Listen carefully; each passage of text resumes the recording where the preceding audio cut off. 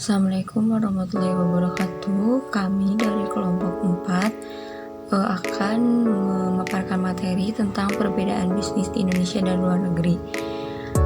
Sebelumnya, ini anggota kelompok 4. Yang pertama ada Dika Kamila Pratama, yang kedua ada Reza Nur Mursid, yang ketiga ada Muhammad Bakar, yang keempat ada Gustin Mardiansah, yang kelima ada Lelis Risalah Mahmudah, dan yang terakhir ada Nova Nur Fadilah.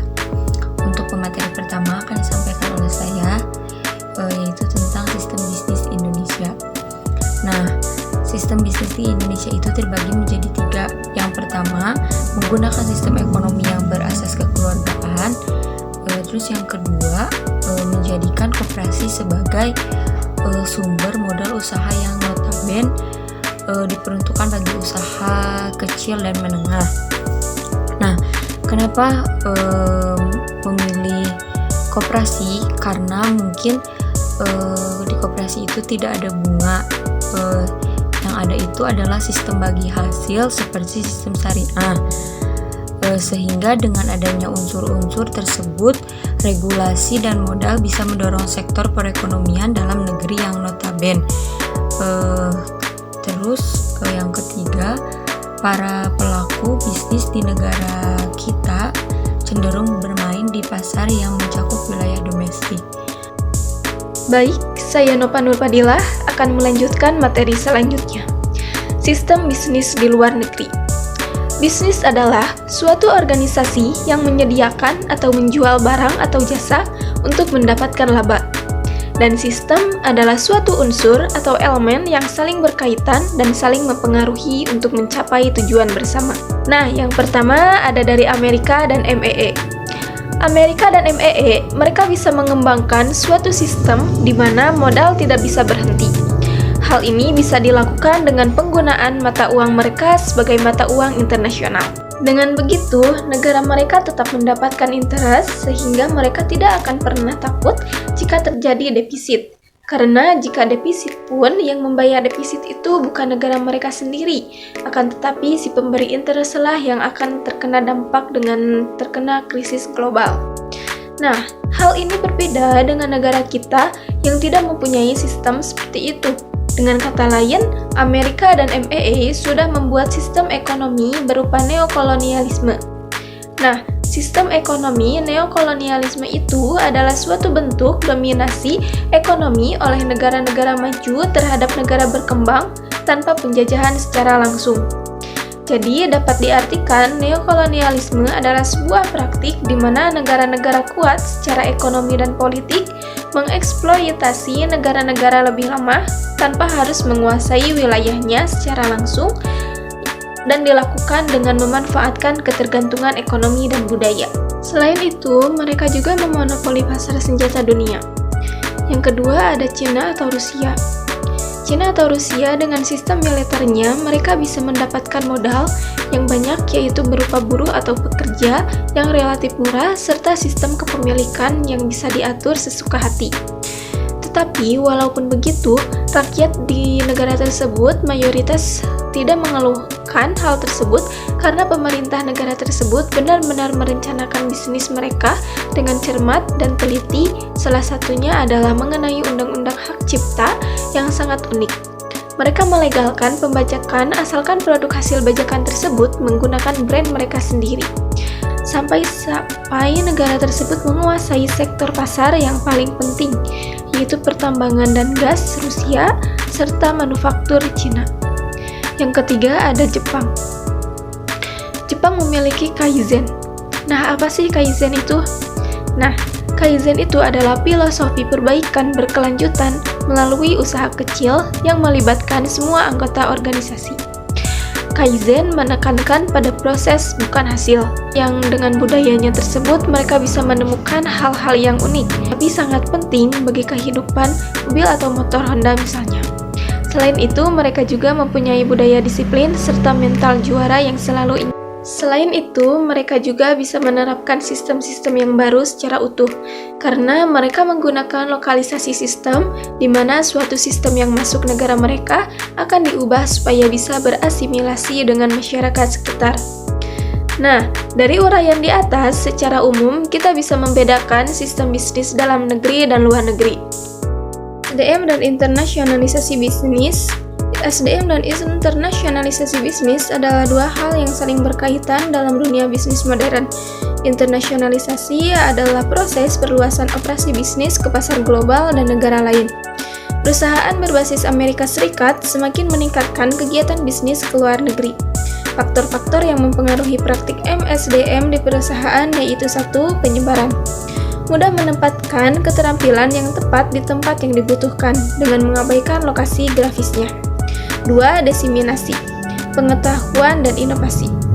Menyebarkan pengetahuan dan praktik yang paling canggih ke seluruh organisasi dengan mengabaikan dari mana asalnya. 3. Mengenali dan mengembangkan bakat secara global.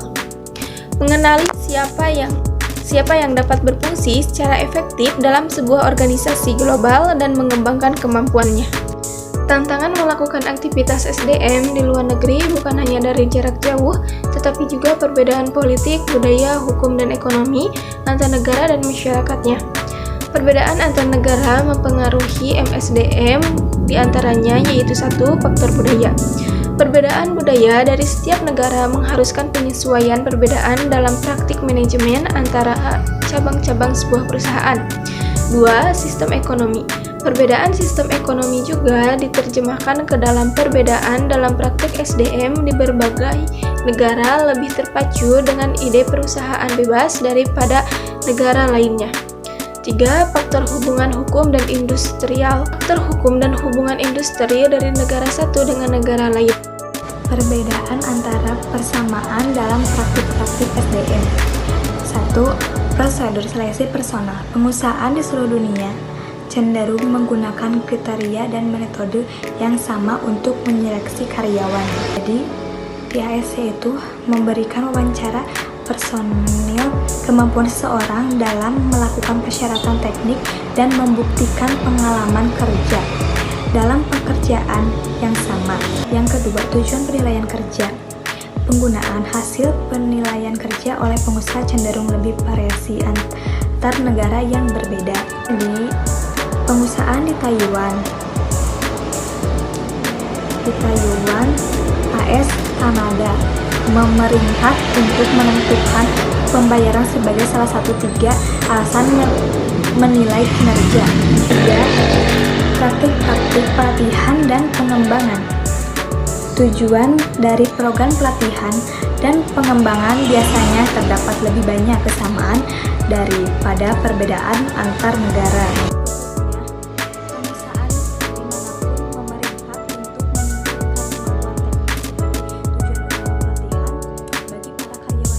Yang keempat, penggunaan insentif pembayaran.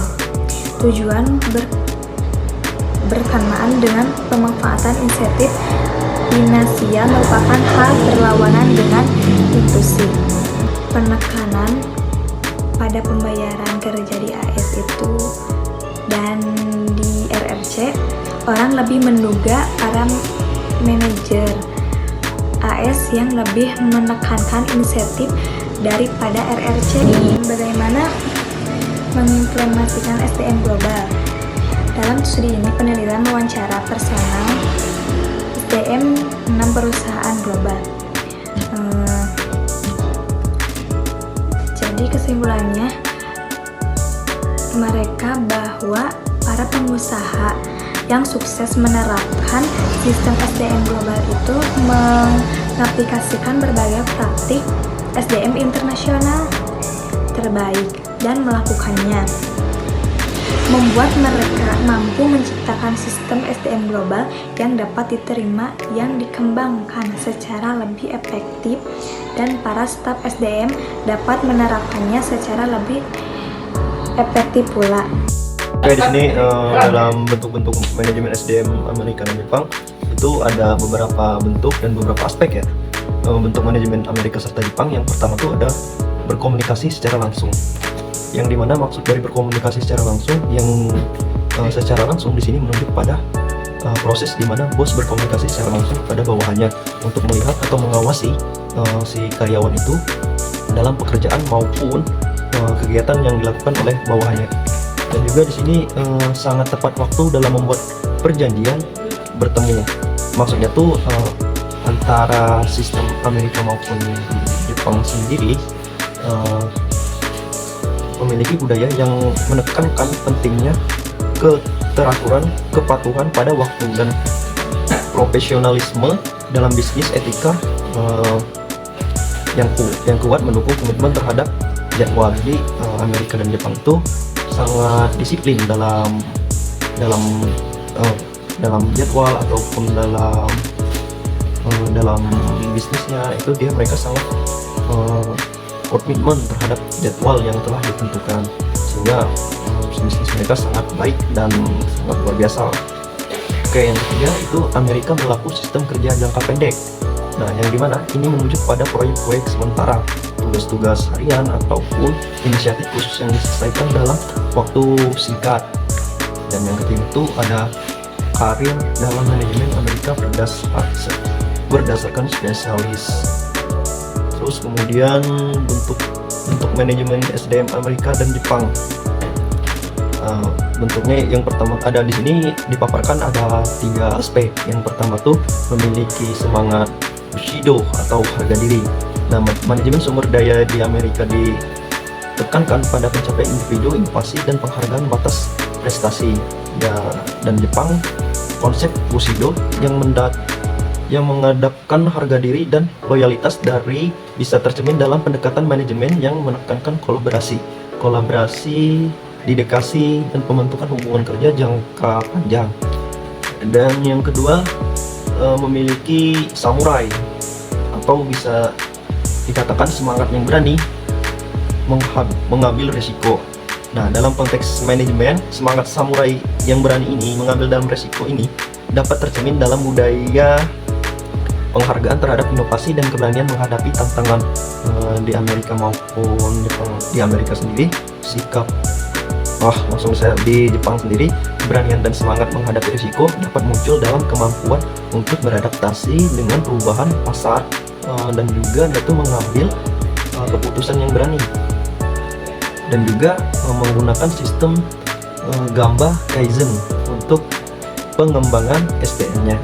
Nah, sistem Gamba Kaizen ini atau semangat untuk terus-menerus ini melakukan perbaikan dan pengembangan dapat tercermin dalam pendekatan pengolahan sumber daya manusia di Jepang itu sendiri. Nah, ini melibatkan budaya perbaikan, keberlanjutan, dan pengembangan keterampilan karyawan secara terus-menerus. Bentuk manajemen SDM di Eropa, Timur Tengah, serta Indonesia.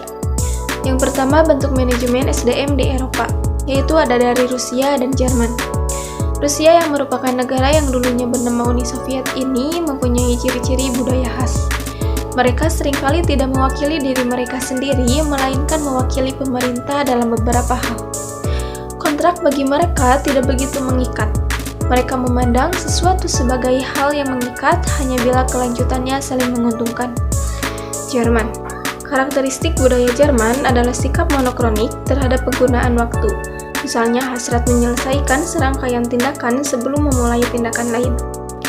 Hierarki bersifat pemerintah yang sering kali mengakibatkan rasa hormat yang berlebihan kepada seorang atasan langsung dan CEO. Mereka seringkali membuat catatan dan kembali dengan persiapan yang matang pada hari berikutnya, dan mereka biasanya patuh pada apa yang telah mereka setujui dengan lisan. Yang kedua, bentuk manajemen SDM di Timur Tengah, yaitu orang Arab. Orang Arab tidak akan membiarkan fakta merusak kehormatan mereka. Mereka menginginkan suatu keadilan tetapi secara luas, terlebih kesalahan merupakan sifat yang diagungkan. Kaum yang lemah harus dihormati dan dilindungi. Mereka lebih mengagumi keahlian serta menyebut perwakilan negara-negara kecil yang tampak lebih rendah hati daripada negara-negara besar. Terakhir, bentuk manajemen SDM di Indonesia. Indonesia merupakan sebuah negara kepulauan yang luas serta memiliki budaya yang beraneka ragam. Yang terbagi dalam wilayah yang berjauhan, tentunya orang Indonesia menilai tinggi keharmonisan kelompok dan hubungan urusan dengan orang Indonesia hanya dilakukan setelah bos memberikan tanda tangannya. Seringkali juga mereka mengatakan apa yang mereka yakini ingin klien dengar. Perbedaan budaya. Kebudayaan sangat erat hubungannya dengan masyarakat. Kebudayaan mengandung keseluruhan pengertian nilai sosial, norma sosial, ilmu pengetahuan, serta seluruh struktur sosial, religius, dan lain-lain. Setiap negara pasti memiliki budaya yang berbeda satu sama lain. Sebagai contoh adalah perbedaan antara budaya Barat dan budaya Timur. 1. Kebudayaan Barat, contohnya Amerika, adalah kebudayaan yang cara pembinaan kesadarannya dengan cara memahami ilmu pengetahuan dan filsafat. Mereka melakukan berbagai macam cara diskusi dan debat untuk menemukan atau menentukan makna seperti apa yang sebenarnya, murni atau asli dari kesadaran. Kedua, kebudayaan Timur, contohnya Indonesia, adalah kebudayaan yang cara pembinaan kesadarannya dengan cara melakukan berbagai macam pelatihan fisik dan mental. Pelatihan fisik dapat dicontohkan dengan cara menjaga pola makan dan minum, ataupun makanan apa saja yang boleh dimakan dan minuman apa saja yang boleh diminum, karena hal tersebut dapat berpengaruh pada pertumbuhan maupun terhadap fisik.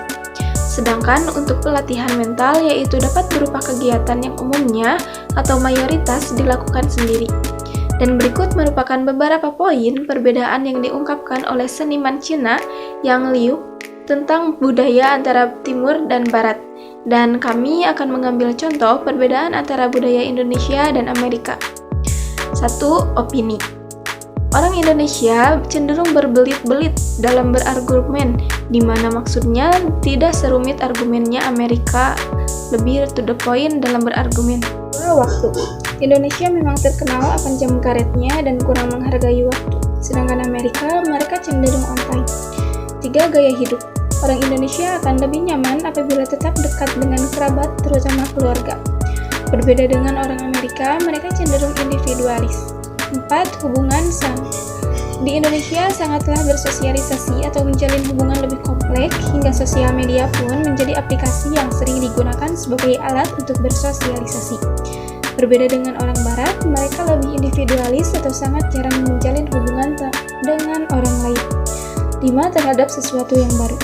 Di Indonesia, apabila terdapat barang baru, misalkan gadget, dikarenakan orang Indonesia cenderung konsumtif, maka mereka akan membeli barang tersebut untuk memenuhi rasa ingin tahu. Berbeda dengan orang Amerika, jikalau ada sesuatu yang baru, tidak serta-merta ingin tahu dan ingin memiliki atau memakainya, hanya sekedar tahu saja. 6. Perayaan atau pesta. Di Indonesia, jika ada perayaan atau pesta, banyak orang Indonesia lebih suka mengundang seluruh kerabat serta teman. Contohnya dalam acara pernikahan, membuat undangan dengan jumlah cukup banyak merupakan pemborosan. Di Amerika, apabila mereka membuat suatu acara, hanya kerabat, keluarga, serta beberapa teman dekat yang diundang. 7. Trendy. Jika orang Barat lebih senang dengan sesuatu yang berbau tradisional dan alami, kebalikannya, orang Indonesia belum disebut trendy kalau tidak bergaya ke barat-baratan. Contoh, lebih merasa gengsi kalau makan di tempat fast food, padahal di negara asalnya makanan tersebut bisa dibilang makanan biasa saja. 8. Transportasi.